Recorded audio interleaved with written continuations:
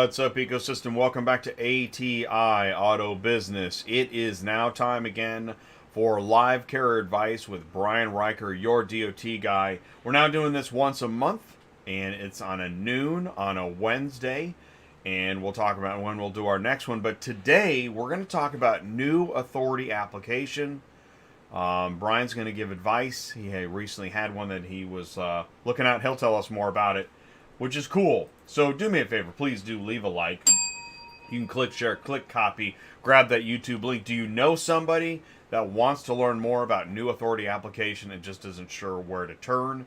Well, here today on ATI Auto Business, we're going to be talking more about that. Please do feel free to jump in the live chat. You can put it in the comments below. We'll check viewer mail. We got a couple other things. What is the EV Coalition all about? This is news. This is big news, actually, so we're going to talk to Brian and see if we can get some insight. I got a copy of a letter. I found out who's in the coalition. What is the coalition? Well, we're going to talk more about it. So please do help me wish a very warm welcome to my co-host. He's your DOT guy, Brian Riker. Can you see me? Can you hear me? Yes, I can. Yes, I can. I love the drum roll and the applause. Feels good. I'm elevated to co-host now from guest. I love it. Oh, you've never been just a guest. You've always been a co-host. Well, this Wednesday show wouldn't be what it is without you. What would I do? I don't Read know. the live chat? Yes. No, I love it, and I'm happy to be here. And we got to have a little bit of fun. Yeah, no, and we're glad you're here. I mean, we really are. I don't know who stumbles upon the video after the fact.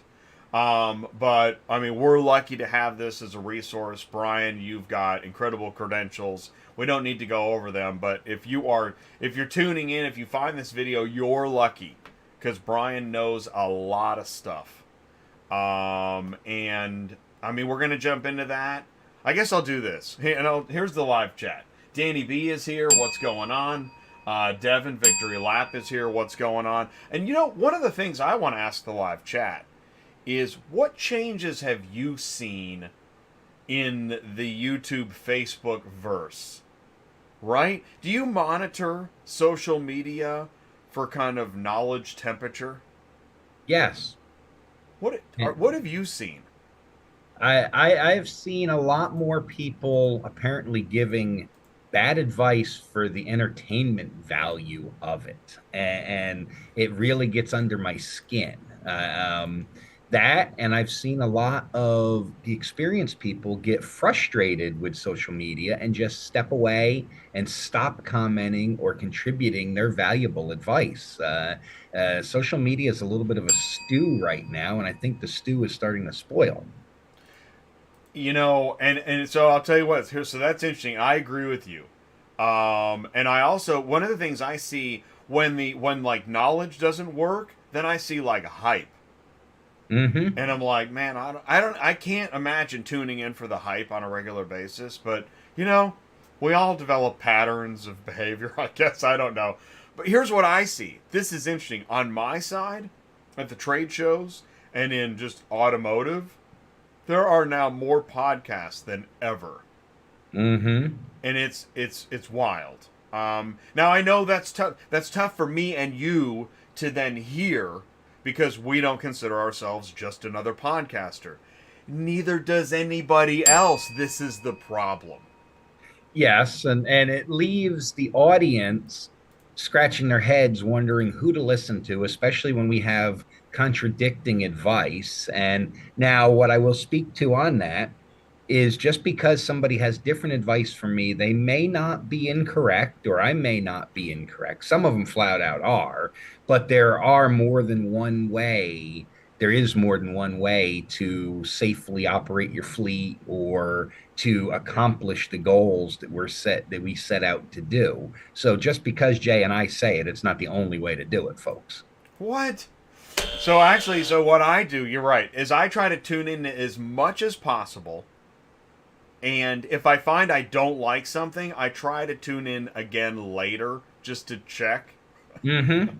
We all have bad days. I mean, right, exactly. Yeah, well, that sums up ATI. Let's check the news and see what's going on. We're gonna get to the new authority application. Before I do, let's see. Devin says, "Does Brian have any tips for my new entry audit? Starts in 1 week. I just got the letter. Short haul exemption, non-CDL." You will need to, because that is a fairly automated system, even though you'll have a real person name and contact at the bottom of the email. You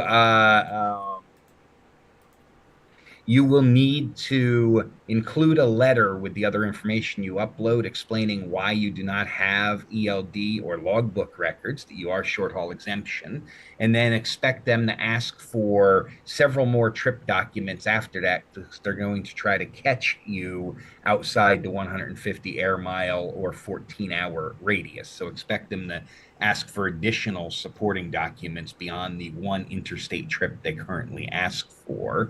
But my advice is these auditors that perform this, most of them have the heart of a teacher. And so if you don't understand exactly what they're asking for, that's why you have their email address and their phone number. Give them a call, but do not wait to the last minute to submit everything. You get the notice and you have 20 days to respond. Respond as quickly as you can. Make sure you're sending them only what they're asking for in the beginning. Do not volunteer any extra information because whatever you send them, they can investigate and use to determine your safety fitness or determine if you have other violations. Generally, your new entrant review is not punitive in nature. They're not looking to fine you and put you out of business, but they will be looking for certain things. Now, as a non-CDL, you do not have a drug testing obligation, so you include that in the letter that you add, and anything else in there that you can't or don't have the information for, you need to explain why. Make sense? Cool. All right, thank you. And so if there's any follow up on that, Devin, you can put it in the live chat. And of course, if you have any questions, you can always email Brian. Email your DOT question on air at yourdotguy.com. I just put that in the live chat. Also, Brian's business website, Fleet Compliance Solutions. Feel free to visit his site. As a follow up, oh, here Devin says, I noticed a lot of YouTubers are going out of business. Now, I'm not going to spend a bunch of time on this because I could. But what I have seen, what I think is strange, is I thought I noticed this pattern. It seemed like a lot of people that were tired of their actual business started to do videos too. As a way of like, I don't know. I don't know how you go from car hauler to just full time YouTuber and not car hauling. I don't know. But I saw a lot of that, and I don't know what happened to a lot of those. I don't know what happened. It probably did not monetize the way they expected. Which it does not. That's right. I literally own a desk and some TVs, and that's it. Yeah. There's you no don't money get rich in this. doing YouTube. Those that do are the exception, not the rule. And the thing is, I don't do anything else. Like, I wouldn't do this if there was another way I could make a bunch of money. Not that I would care, because I'm not driven by money. Mm-hmm. But, anyways, yeah, no, it's weird. It's weird. And what I think is really weird is if you're a YouTuber and you go out of business, can your videos go with you? YouTube does a pretty good job of holding on to that stuff. Oh no, they'll be there forever. Yeah, no, which is awesome. Silverman ED Coalition, is that the Central Dispatch Listers? ED, no, that's, you're thinking of the Thursday show. Devin says too many clowns. ALAT question: to haul local, semi-local as a car hauler, 3-car wedge setup. What CDL credentials do I need? Good question. The question was what CDL credentials? Yeah, let me read it again. Semi, car hauler, 3-car wedge, CDL. The answer to that's going to depend upon the gross vehicle weight rating of your truck and trailer. If combined together they exceed 26,000 pounds and the trailer alone is greater than 10,000, then you need a Class A CDL. If when you add the sticker in the door and the sticker on the nose of your trailer together and they're equal to or lower than 26, then you do not need a CDL to operate that vehicle in any state except California and Oregon. And I'm guessing I didn't Google it, but you can go to the FMCSA website, probably get more information if you're looking for specifics. FMCSA doesn't really do a great job, but yes, the information is there if you know how to find it. And I misspoke. It's California and Washington that have different CDL rules, not California and Oregon. And speaking of heart of a teacher, Brian has the heart of a teacher. Feel free to email him on air at yourdotguy.com and get ready to read, because he will reply in triplicate. Put him on the spot. Danny B, question for Brian related to the ELD. Is it a requirement to add a DVIR report, or is it enough to just enter on duty and in the notes section add pre-trip inspection and post-trip inspection? Good question. Motor carrier just wants to see that you have documented either your pre or post trip. You don't even need to be on duty for both of them. The industry standard is log on duty for your pre-trip inspection in the morning and then flag the post-trip inspection when you go off duty at evening. You Whether it gets recorded in the remarks section properly or not depends on your specific ELD. Most of them, if you click the box and do the DVIR form built into your ELD, it will automatically flag you as on duty pre-trip inspection or post-trip inspection. Some, it does not automatically do that, and you have to manually go into the remarks section under your on-duty activity and say pre-trip inspection or safety check or something to that effect. Either way, you just have to make sure that you have a pre and a post-trip shown in your log. And remember, one, normally the pre-trip must be on duty. You have the option of flagging the post-trip inspection because that is just a document review. At the end of the day, you check a box that everything was good with the truck, and away you go. And Silverman's got a follow-up, I think, with the California mention. Are you a resident of those states? Or if you are a resident of those states, does that follow? Correct. Okay. Correct. California and Washington cannot enforce their stricter standards on non-residents. They have to go with what your home state says you are legally allowed to operate with your license. But if you are domiciled in their state, then obviously your license is from their state. You have to comply with their regulations. Good follow-up. Devin follow-up. I keep daily driver records. The audit officer emailed me a daily log sheet. Should I send the originals or fill out his new sheet? Your copy is probably good enough to send to him.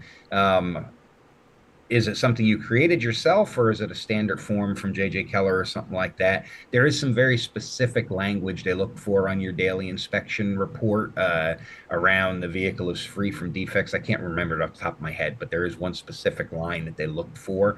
Now, that said, as a single truck owner-operator, the FMCSA regulations only require you to document your pre and post trip inspection should you find a defect on it. Now, it's a good practice to do one every day anyhow, because mere compliance doesn't always mean you're safe. But if we want to split hairs here, as a single truck owner operator, you do not actually have to have a daily vehicle inspection report completed unless you find a defect. If you're just joining us, we are Live Carrier Advice. My name is Jay. I'm the founder of ATI Auto Business, and we're here with Brian Riker, your DOT guy, and he's giving advice. If you are, if you need like solid business legal advice, you can contact Brian's company. But if you are trying to get an understanding, this is a good opportunity to do that. Here, ALAT says, I have a CDL Class A license. I have a 1-ton truck, and this is a follow-up from earlier with the question. Okay. Making sure, yeah. Okay, so I have CDL Class A license. I have a 1-ton truck, 3-car wedge. What do I need to cross 2 state lines, 500-mile radius? I'll be working New Jersey, PA, Maryland. All right. Well, if your truck meets the requirements to use that CDL, so if your truck and trailer combination are over 26,000 pounds, obviously you need your USDOT and MC number no matter what. but you will also need IFTA, which is the International Fuel Tax Agreement. So you need fuel tax decals and a fuel tax account. You will need an IRP or apportioned registration plate from your home state. And you said New Jersey, Pennsylvania, Delaware. I don't believe I saw New York in there, but Correct. if you're going to ever go to New York or Connecticut, you will need to register for the New York and Connecticut highway use tax accounts. And then you need a medical card, of course, and you need to be enrolled in a drug and alcohol testing consortium since you're a CDL driver using your CDL, and then all the other record keeping, such as your driver qualification files, vehicle maintenance files, etc. And we do encourage, even though this is just friendly advice, if any of what Brian said requires further clarification, ask. You can ask Brian. You can put it in the comments below. Put it in the live chat. You're welcome to email him.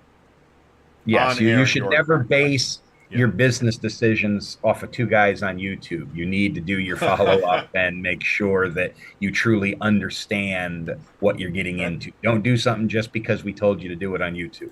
That is so incredibly insightful, and the fact that you even have to say that is pretty wild. But that is a really, really good point. And I do want to say this to the live chat and everybody. This is why, like last night, we did a show. ATI is everything in automotive. Anyways, we're in everywhere in automotive now because everything is connected, and one of our goals is to outlast everybody else that came and went. That is one of my goals. I mean, that's a really, really long game, but yeah, that's one of my personal goals. So I hope to be here. Whoever's starting now, I'm gonna outlast that guy and his son and his grandchildren. Okay. What do we got here? Chris, that's a fact. Brian is the DOT whisperer. I went straight to CDL, have non-CDL setup. Best thing you can do. I learned so much about the trucks and trailers from going to school for CDL. Nice. Yeah, we always encourage further education, even if it doesn't apply to your daily life. Devin said Devin is using an official daily logbook. Okay. Nothing wrong with that. That form should be fine. Now, I think, Devin, also you said you were running under the short haul exemption. So are you using the logbook to also track your time for your time record, or are you just using it for the DVIR portion? Because if you are using it to track your time instead of a timesheet, then you need to make sure that it is filled out completely, not just a couple of lines scratched on it, or they're going to cite you for form and manner violations. Because as short haul, you're exempt from the ELD, so you're allowed to track your time with paper or a time card or something like that. But if you choose to use the logbook form, you have to fill it out completely and correctly. I'm always amazed at how complicated this gets. Like, when are we going to haul cars? You ask all one this simple paperwork question. and stuff. It's crazy. Mm-hmm. And as Chris pointed out, you're ahead of the game with a CDL. That's yeah, and which is why I think we see so often. I'm trying to do non-CDL, which I mean that's fine. It's just it's a different ball. It's a different ball game. That's why non-CDL I think is preferred in so many instances because clearinghouse, etc. The links below when I finish these videos. A few days later, after I get everything done, there's a bunch of links below the video of all the different places you can go, portals and clearinghouse and all this. I mean, it really is intense. So we're here to help. But I mean, let's see here. Yeah, that's cool. So Devin, thank you guys. ALAT, I'm in PA, not New York. Thank you. Silvermint, New York is 18K and over. Chris. We were talking about how. So if a YouTuber says you're going to make 10K a week, like, that's it. Hey, honey, I'm making 10K a week. I just watched a video. Mm-hmm. That's awesome. And it's not. It's kind of scary. All right, let's talk about getting an authority to operate. So you recently had, what did you have and what did you do? Well, when everything was good and the money was great, I was processing several to maybe a dozen or more new authority applications a week. That is a service that Fleet Compliance Solutions offers. And that all but dropped off when the market started to fall apart. And I'm pleased to say I have a new authority application, first one in a while that I'm processing instead of an out of business notification. And it made me want to talk about this a little bit to remind everybody that you do not need to use a service such as mine or some of the other ones that are out there. You can do this yourself if you want to. If you choose to do it yourself, just be aware the slightest mistake on the form can cause them to reject your application, and the filing fees are non-refundable. So you may have to start all over, plus the waiting period starts all over. You make a mistake, you submit it, didn't know you had a mistake. They wait 2 weeks to review it, find something wrong, reject your application, and now you're starting all over. So it does pay to use a professional service that understands this. Now, when you're doing that, I don't want to see you get ripped off. The filing fee to the federal government is $300 for your operating authority. And then it's another this year, I think UCR fee for 0 to 2 trucks is under $60. Your process agent should not cost more than $30. So you have about $400 worth of filing fees, and then what some people's time is worth to do this, and the peace of mind. So there are some companies out there that are charging $2,000 and $3,000 to get your operating authority, and that is absolutely ridiculous.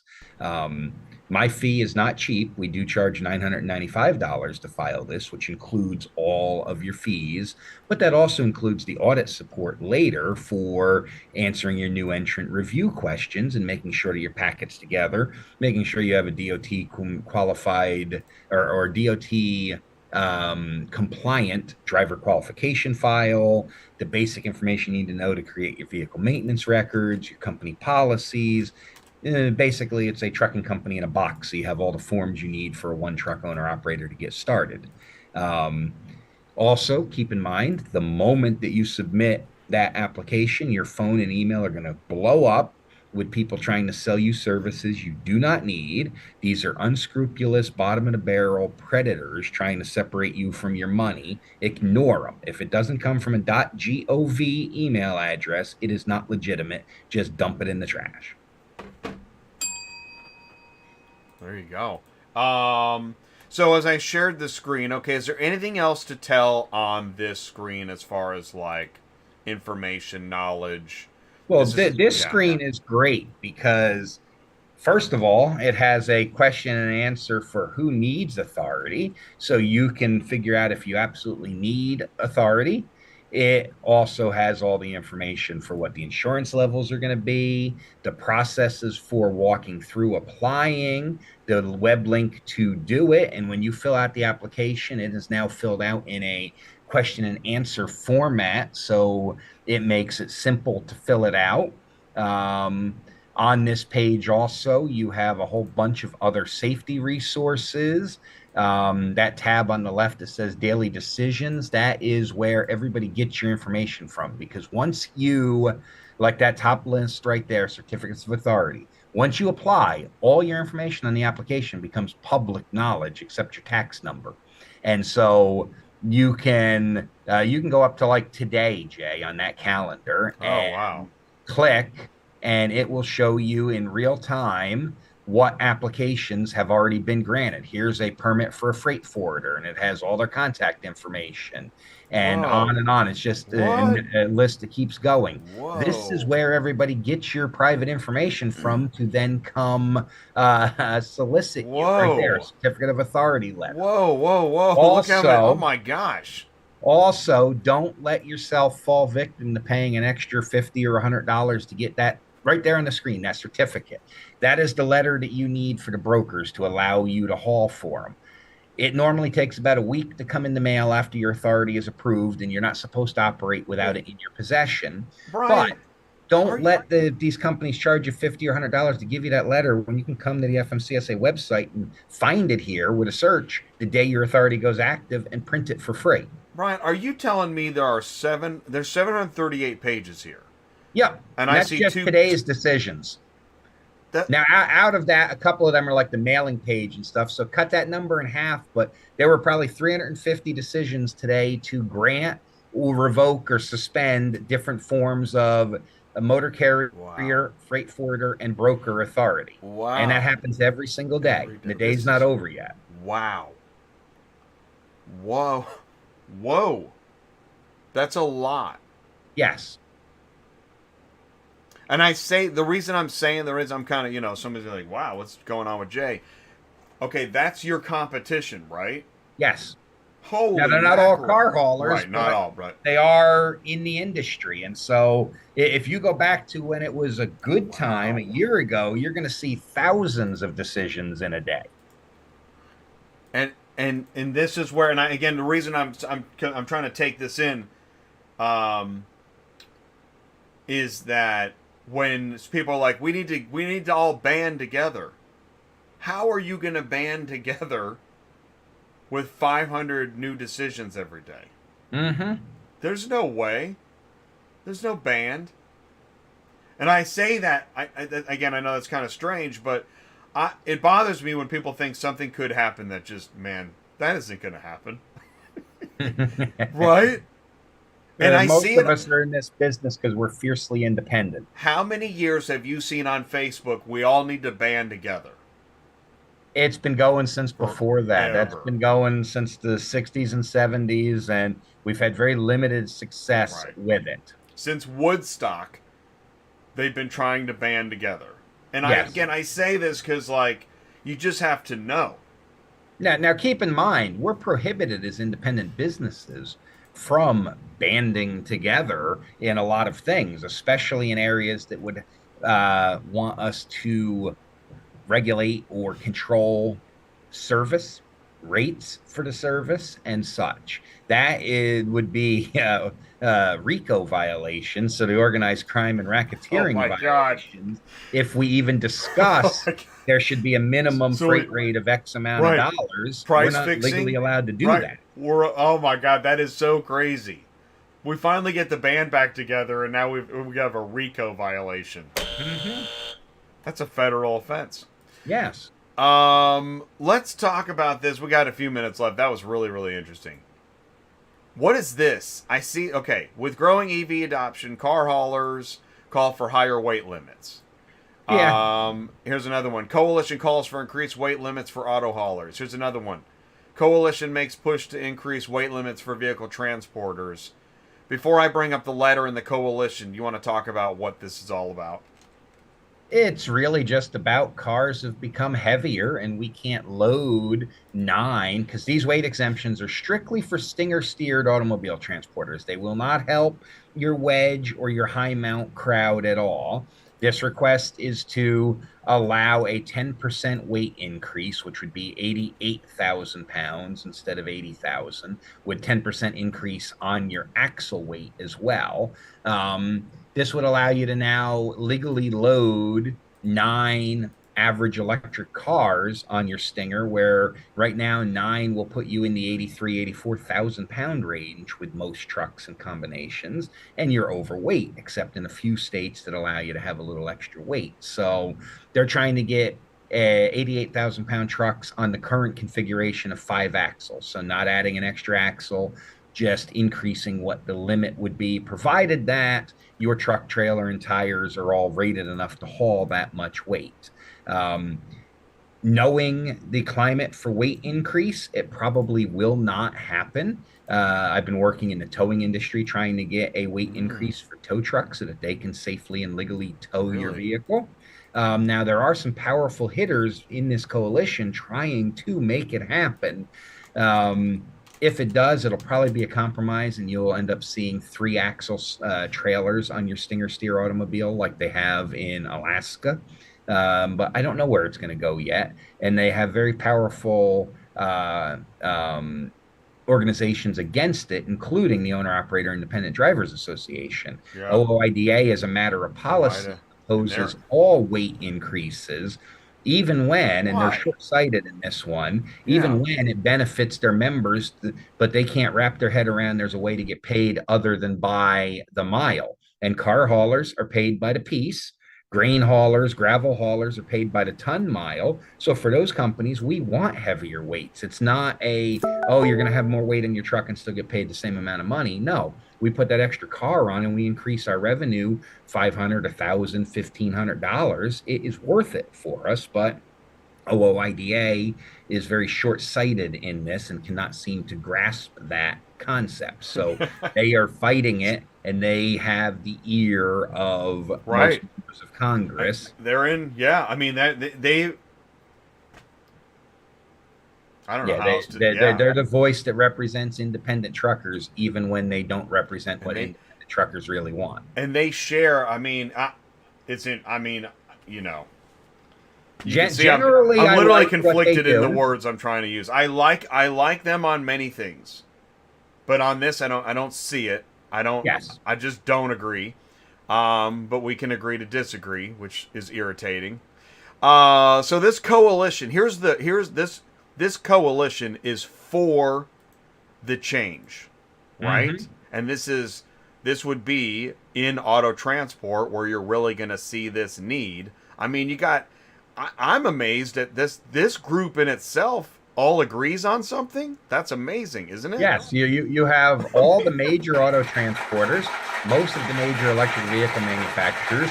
You have the leading auto transport equipment manufacturer and the Truck Trailer Manufacturer Association. You have this is a who's who Yeah.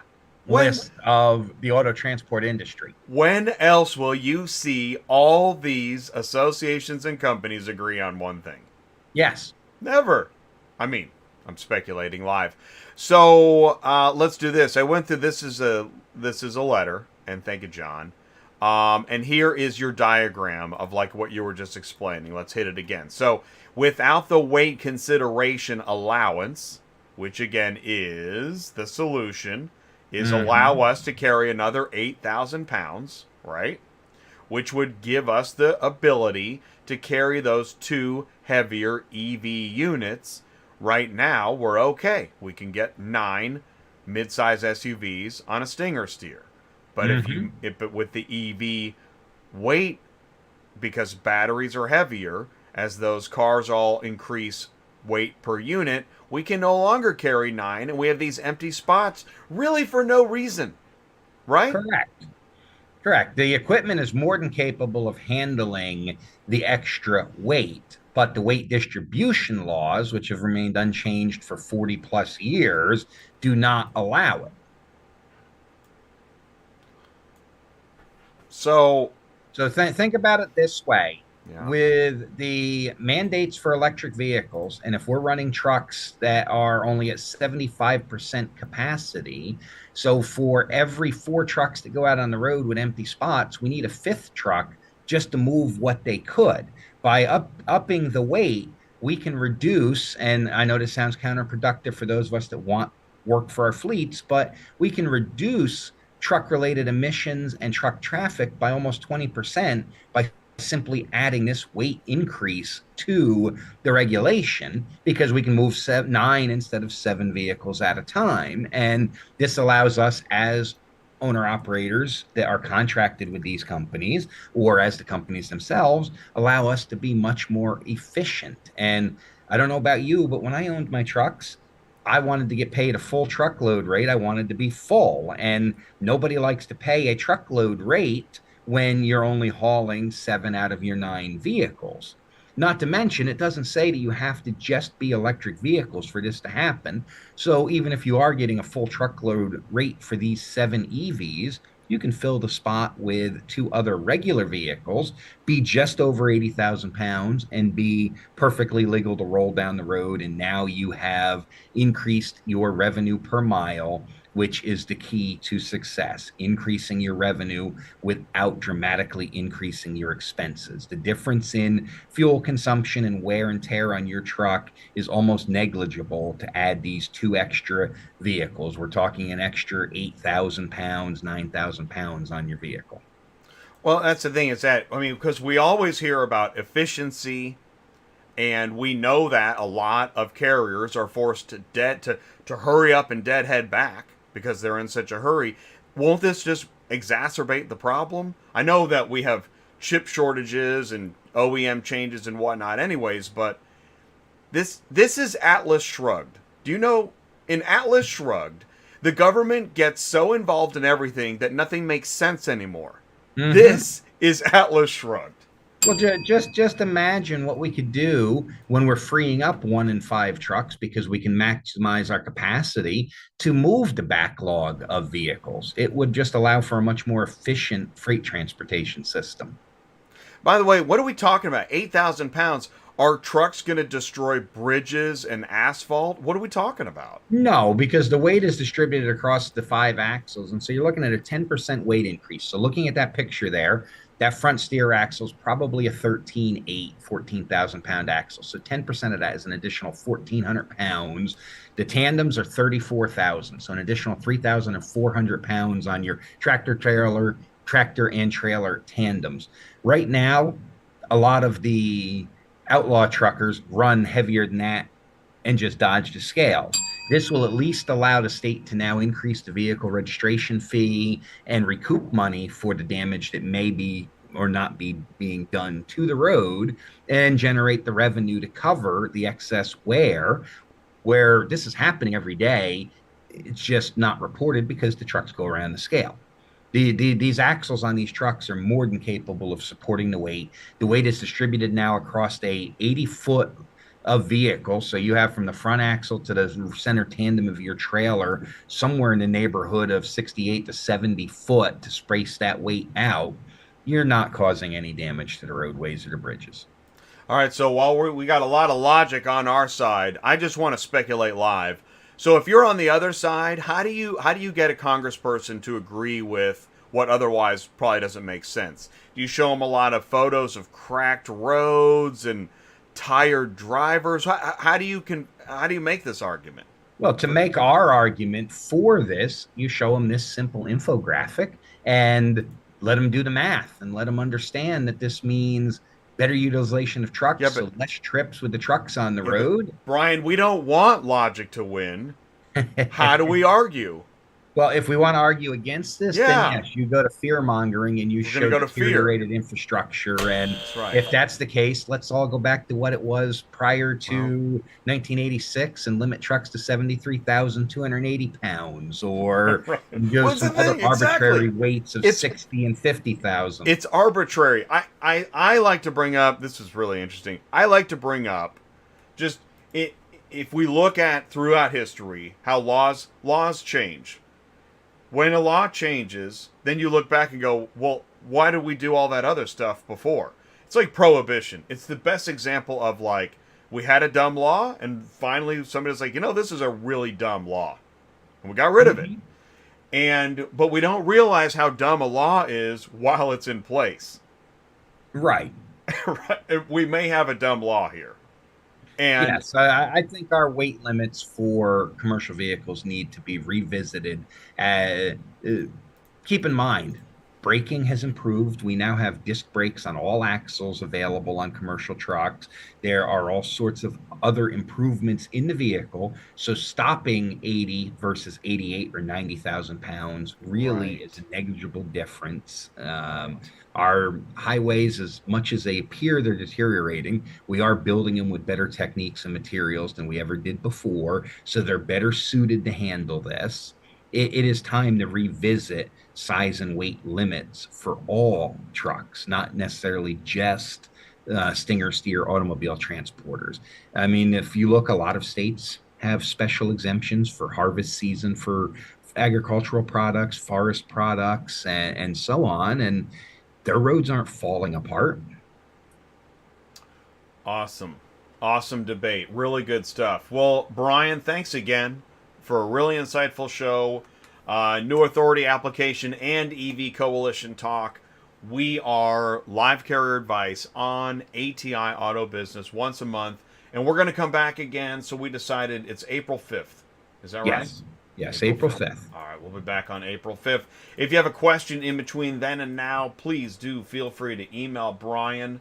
I'll put it in the live chat once again. You can email Brian, and you can visit his company business website, and he is more than happy to try to give you some friendly advice And if you need more, you can turn it into a business transaction. Brian, thank you, man.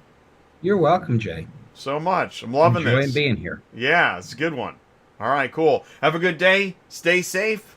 We'll see you. We'll see you in a month. Yep. See you in April. Thank you, Thanks, everybody. Brian. Thanks very much. All right, I'm letting Brian go. Brian is out of here. And jumping in the live chat is always helpful. That was good stuff. Thank you guys so much for those questions and interaction. For saying hello. John Larrick, Devin, Alat, and I like seeing the Danny, Silvermint, Chris, friendly faces always. Really do appreciate it. You guys are a big part of this channel, and Gino said hello too. What's up, Gino? So thank you so much. It's ATI Auto Business, you know the deal, and we're going to be back again tomorrow with Dispatching Live again at noon. Most day shows are at noon. Then you got Tuesday nights at 7 Central. That's noon Central. And then near the end of the month, we'll have some more live coverage from Car Conference. But in between, let me know how we can help. Send me an email. I'm Jay.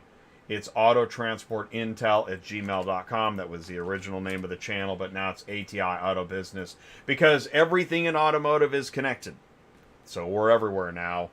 You've seen us. And if you don't know what's going on or how we can help, let us know. Send me an email. Talk to Ty. You want to talk to somebody on the phone? You're like, man, these videos are fine, but I need to talk to somebody. Call or text Ty Thompson, 417-483-2764. And he takes calls all the time. I had to take my car into the shop, and he gave me a ride. He was taking a call. He just, just two dudes talking. It's awesome. So that's what we are. We're ATI. Thank you so much. Please do join us tomorrow on Dispatching Live. I'm sure it's going to be crazy. So please, we'll see you then. Take care, everybody. Peace.